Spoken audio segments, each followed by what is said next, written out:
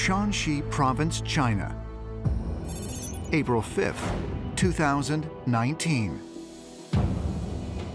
In the ceremonial courtyard of the mausoleum of the Yellow Emperor, 10,000 people gather to watch a traditional dragon dance. The dragon dance is an ancient ceremony which for thousands of years has been a representation of the dragons coming from the sky and returning to the sky. This is part of the Chinese culture, of the Chinese civilization. So it's very important for the Chinese to have this dance. The Chinese people from the very little, from toddlers on, know about the dragons. The dragons are ever present. Ancient China was a land where humans lived in tandem with the divine beings, with the gods. And the gods rode upon dragons. And so for this reason, the dragon became revered as a sacred symbol throughout China. Here in Shanxi, in what is known as the Qingming Festival, the ceremony celebrates the deity considered to be the father of all Chinese people. The Yellow Emperor, also known as Huangdi, is a legendary ruler who founded Chinese civilization nearly 5,000 years ago. The Yellow Emperor, Huangdi, is this semi-mythical figure in Chinese history.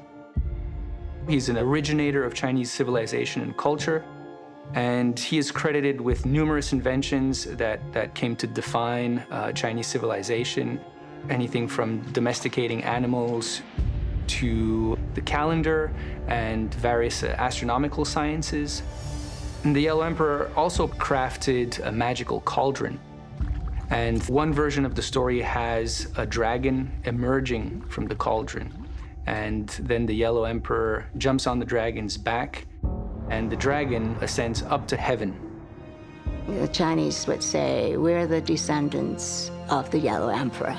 That's one way of putting how Chinese believe him to be, the very founder of Chinese civilization.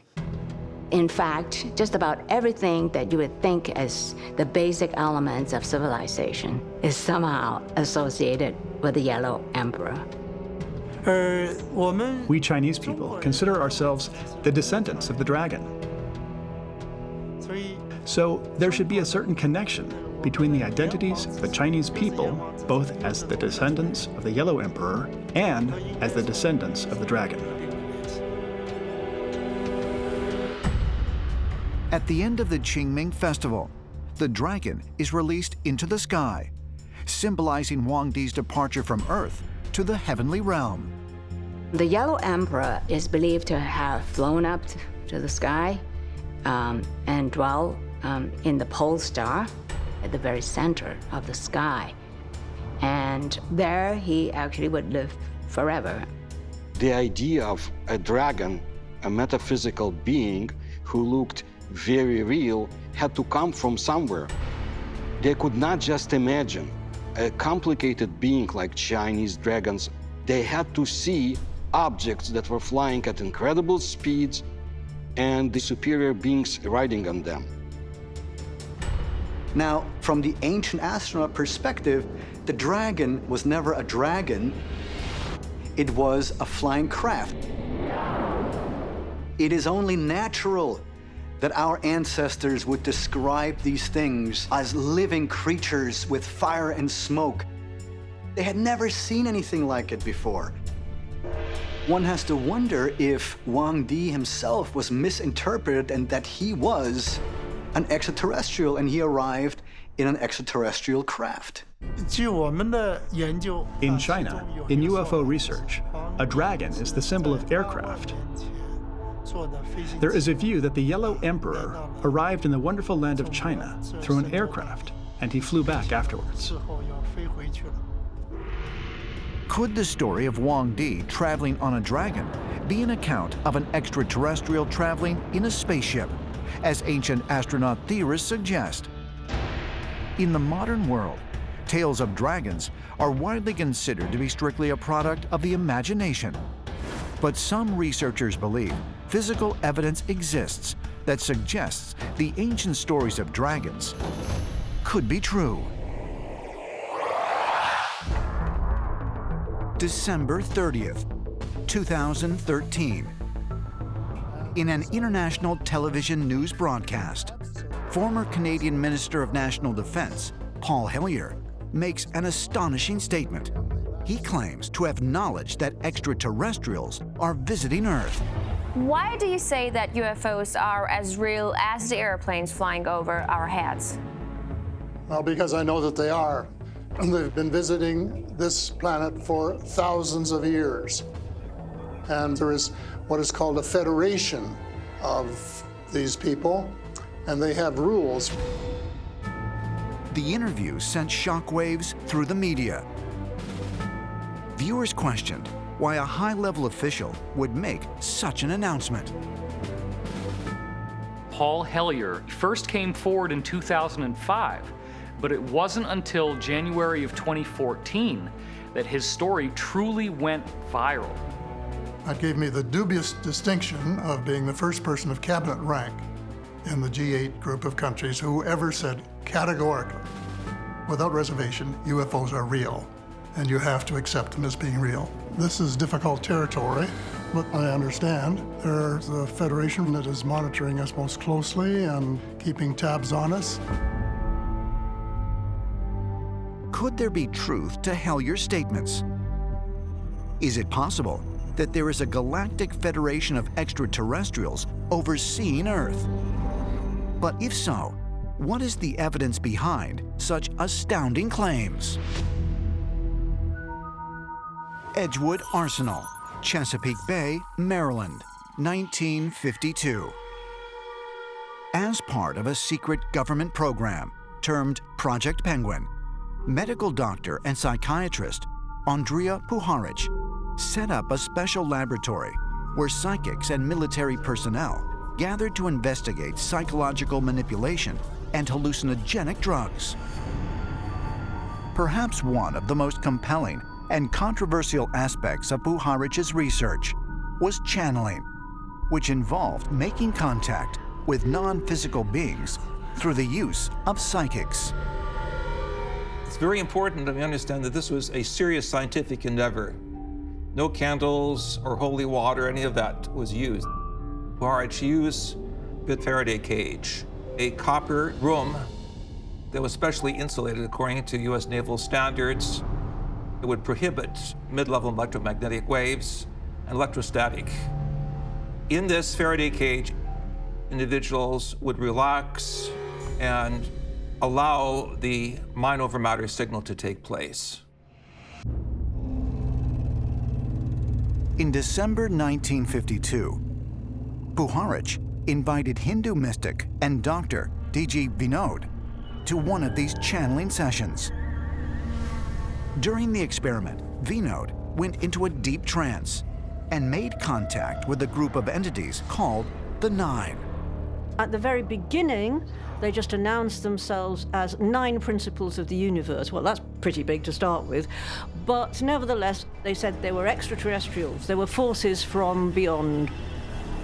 The 9 said that they were an eternal presence, that they had been watching humanity from the very beginning, and that they were gods, guides, and this was what particularly interested Puharich, the idea that if they are gods, they of course have wisdom, and Puharich wanted to ask for guidance. The 9 came up with a number of different messages involving their being guardians for the human race, creators even. Puharich, he said, "What is your name? Who are you?" And that was the great revelation, because the being said, "I am Atum." And Atum was the great father god of ancient Egypt, and introducing not only the 9 principles, but the 9 great gods, or the Ennead of ancient Egypt. Is it possible that Puharich actually made contact with the 9 great gods of Egypt? Could this be evidence of a long-standing federation of extraterrestrials overseeing earthly affairs? Greece, the island of Crete. On the Lassithi Plateau, over half a mile above sea level, lies the Dictyon Cave. This sprawling complex of caverns stretches nearly 1.5 square miles. And archaeological finds have shown a human presence dating as far back as 6,000 years ago. Historians believe the first inhabitants of the area actually lived inside the cave.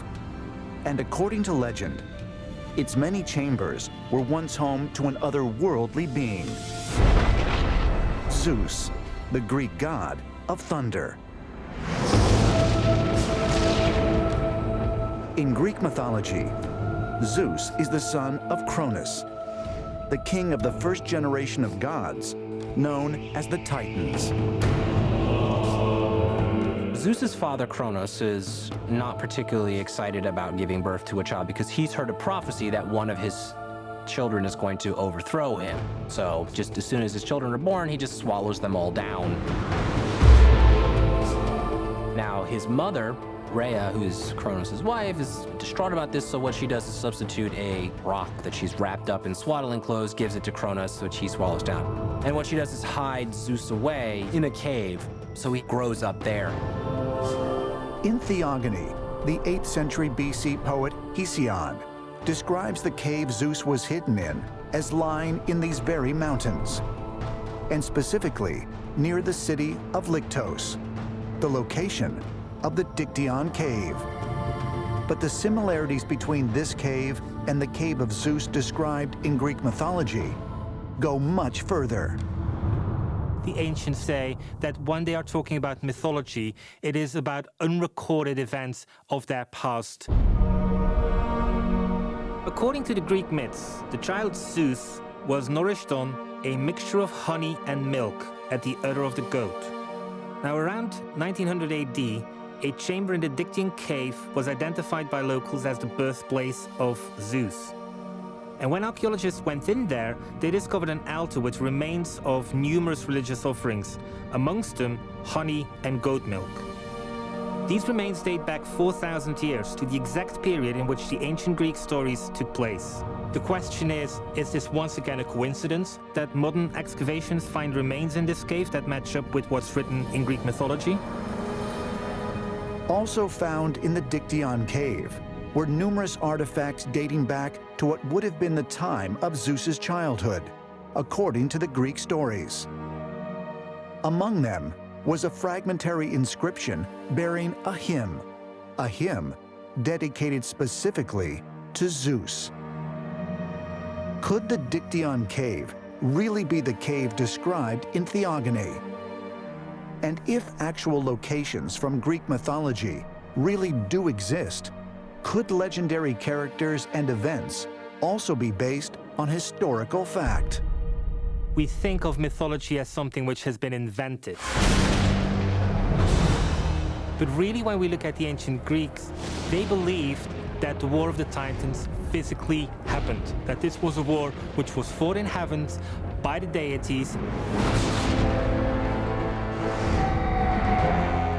In Greek mythology, the War of the Titans is a celestial battle waged by Zeus and his siblings, known as the Olympians, against their father Cronus and the Titans.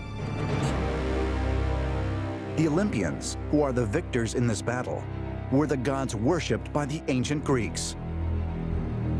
But according to ancient astronaut theorists, these human-like beings may have been something other than divine, and this mythical war may have been an actual historical event. To support this claim, they point to the existence of similar myths and stories told by different cultures throughout the world. When it comes to warring parties of gods, Greece is not a standalone issue. We have the same thing in Ragnarok. In Norwegian mythology, we have this idea that the gods fought amongst themselves as well. We also have stories from Sumerian, Babylonian, Hittite accounts where it says that the wars were fought between gods. We see the same story of titans being overthrown by a new set of gods in the Sumerian epics of the Anunnaki coming here as the original culture in ancient Iraq. So these similarities tell of a warring race of beings that squabbled amongst themselves about the rights of various areas on the Earth.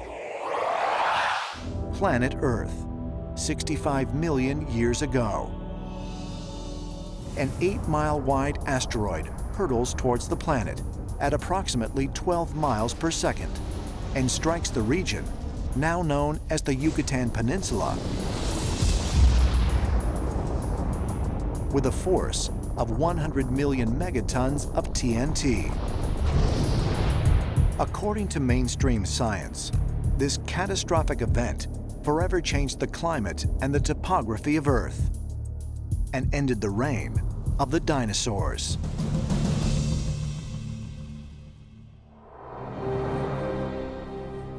The object that came in was 8 or 10 miles in diameter.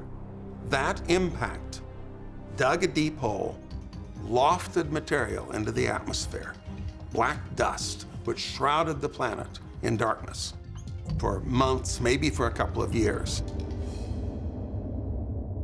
So there had been a time in which the sunlight was simply shut out from the Earth's surface. And photosynthetic organisms like plants would begin to die. The plant-eating dinosaurs would have nothing to eat and would have died off. The meat-eating dinosaurs would then have nothing to eat either. And this might have lasted anywhere from 5 to 10 years. How quickly the extinction took place is a matter of debate. But is it possible that some species of dinosaur actually survived this cataclysmic event? And not only survived, but thrived for several thousands or even millions of years. Perhaps clues can be recovered near a crater where scientists believe the giant asteroid struck the Earth, right in the heart of what is now the Yucatan Peninsula. Today, less than 90 miles from the epicenter of the asteroid impact, lies one of the largest and best preserved cities of the ancient Maya, Chichen Itza. You have to wonder if it's not some strange coincidence that the same spot, the Yucatan, which experienced this devastating asteroid strike, which caused extinction of the dinosaurs, is also the main habitation area of the ancient Maya. Chichen Itza is said to have been the place where the Mayans made contact with the gods. And I find it an extraordinary coincidence. Of all the potential places around the Gulf of Mexico which they could have chosen, they took a place where literally something fell from the sky 65 million years ago.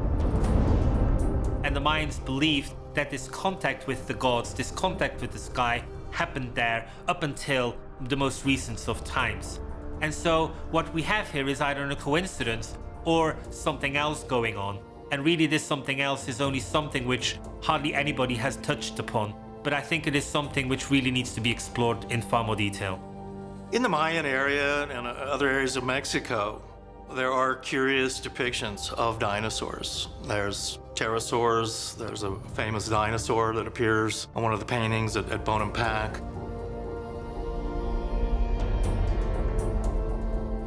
So you have to wonder just how the Mayans knew about dinosaurs. Supposedly dinosaurs have been extinct for millions of years.